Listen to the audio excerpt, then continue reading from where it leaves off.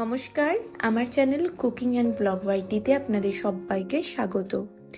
আজকে শেয়ার করব বাঙালিদের অতি প্রিয় আর বিশেষ করে রবিবারের দুপুরে গরম গরম ধোঁয়া ছাড়া ভাতের সাথে আলু দিয়ে খাসি মাংসের পাতলা ঝোল। তো আসুন সবার আগে রেসিপিটা দেখে নেওয়া যাক। এর জন্য আমি এখানে 500 গ্রাম খাসির মাংস নিয়েছি। সবার আগে খাসির মাংস বেশ ভালোভাবে ধুয়ে নিয়েছি এবং মাংসটাকে সরাসরি একটা প্রেসার কুকারের মধ্যে নিয়ে নিলাম। এর সাথে যোগ করে দেব স্বাদ মতন, অর্থাৎ এখানে 2 চামচ লবণ লেগেছে, আর তারই সাথে যোগ করে দেব অল্প একটু হলুদ গুঁড়ো দিয়ে সব কিছুটাকে হাত দিয়ে ভালোভাবে মেখে নেব।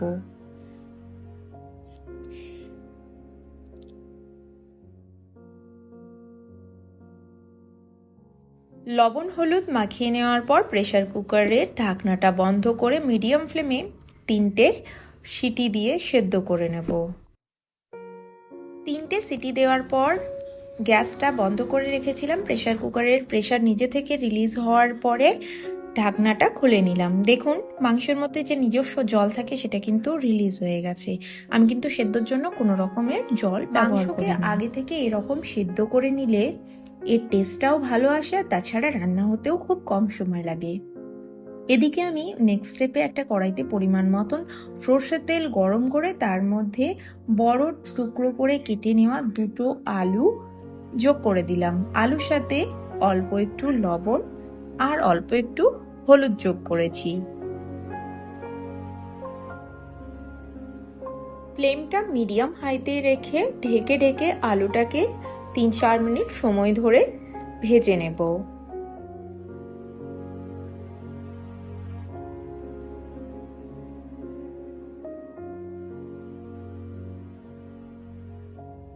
তো দেখতে পাচ্ছেন আলুটা খুব সুন্দরভাবে ভাজা হয়ে গেছে, আর আলুটার কালারটাও খুব সুন্দর এসে গেছে। প্রায় 50-60% আলুটা সেদ্ধ হয়ে গেছে। এবার এই আলুর টুকরোগুলোকে অন্য একটা পাত্রে তুলে নিচ্ছি। ওই তেলের মধ্যে যোগ করে দিলাম অল্প একটু চিনি, যাতে করে রান্নার কালারটা খুব সুন্দর আসে। কিছু গোটা গরম মশলা আর 2টো তেজপাতা যোগ করে দিলাম।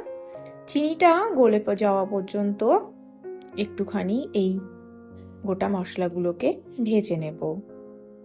আর এই সময় কিন্তু ফ্লেমটা একদম মিডিয়াম টু লোয়ে রেখেছি। এবার এর মধ্যে যোগ করে দিচ্ছি আদা রসুন বাটা। 1 ইঞ্চ আদা আর 10-12টা রসুন কোয়াকে একসাথে শিলে বেটে নিয়েছিলাম। আদা রসুনটা দিয়ে একটু মিশিয়ে নিয়ে তার সাথেই যোগ করে দিচ্ছি পেঁয়াজ কুচি। এখানে মিডিয়াম সাইজের আমি 4টে পেঁয়াজ নিয়েছি। পেঁয়াজের সাথে যোগ করে দিচ্ছি অল্প একটু লবণ।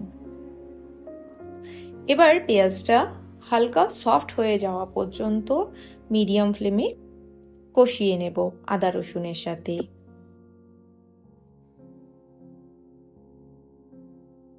2-3 মিনিট আদা রসুনের সাথে পেঁয়াজটাকে কষিয়ে নিয়েছি। পেঁয়াজটা সুন্দর সফট হয়ে গেছে। এবার এর মধ্যে যোগ করে দিচ্ছি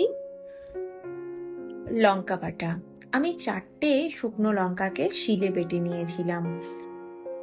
আর এর সাথে দিয়ে দেব ধনে জিরে বাটা।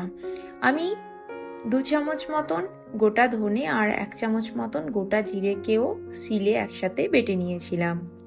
1/2 চামচ হলুদ গুঁড়ো যোগ করে দিচ্ছি, আর যোগ করে দিচ্ছি 1 চামচের মতন কাশ্মীরি লাল লঙ্কার গুঁড়ো।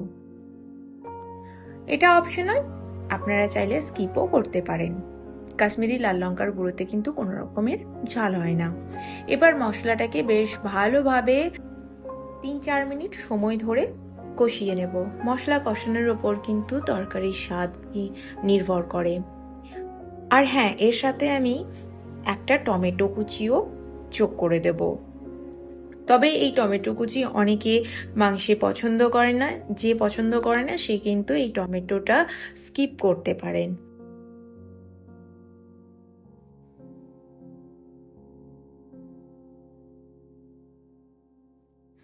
তো এবার দেখেই বুঝতে পারছেন মশলাটা খুব সুন্দরভাবে কষানো হয়ে গেছে, মশলার উপর থেকে তেল ছেড়ে দিয়েছে। এবার আমরা যে প্রেসার কুকারে মাটনটাকে সিটি দিয়ে নিয়েছিলাম সেই মাটনটাকে যোগ করে দিচ্ছি, আর সাথে সাথে আমি যে আলুর টুকরোগুলোকে ভেজে রেখেছিলাম সেটাও এই সময় দিয়ে দেব। এবার কিন্তু রান্না করতে খুব বেশি আর সময় লাগবে না, যেহেতু আমাদের আলু ভাজতে ভাজতেও প্রায় সেদ্ধ হয়ে গেছে আর মাটনটাও প্রায় সেদ্ধ হয়ে গেছে। এবার মশলার সাথে আলু আর মাটনটাকে আরো 5-6 মিনিটের জন্য কষিয়ে নেব, যাতে করে মাটন আর মশলার স্বাদ মিলেমিশে একাকার হয়ে যায়। তো দেখতে পাচ্ছেন মাটনটাকে বেশ ভালোভাবে কষানো হয়ে গেছে, খুব সুন্দরভাবে একটা কালারও চলে এসছে আর এক্সট্রা জলীয় ভাবটাও শুকিয়ে গেছে, তেল ছেড়ে দিয়েছে। এবার এর মধ্যে আমরা গ্রেভির জন্য জল যোগ করব। আমি যেই প্রেসার কুকারে মাটনটাকে সিটি দিয়ে নিয়েছিলাম তার মধ্যেই পরিমাণ মতন জল একটু গরম করে নিয়েছিলাম, সেই জলটা যোগ করে দিচ্ছি। যে যেমন গ্রেভি রাখতে চাইবেন সে সেই হিসাবে কিন্তু জলটা যোগ করবেন।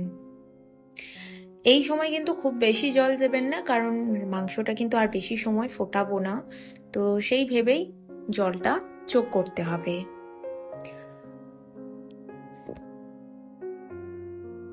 গরম জল যোগ করার পর হাই ফ্লেমে মাংসটাকে মোটামুটি 8-10 মিনিটের জন্য আরও ফুটিয়ে নিয়েছিলাম।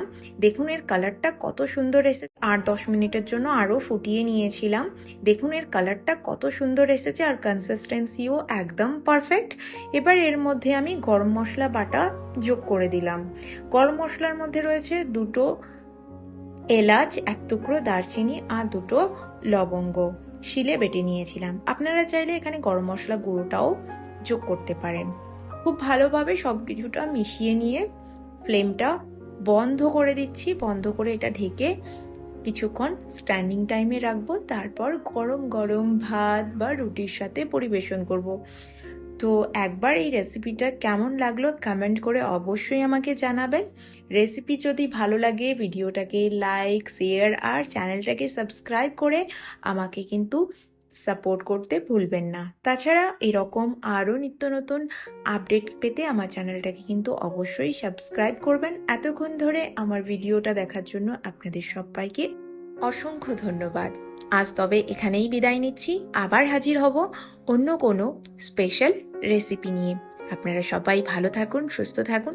Thank you.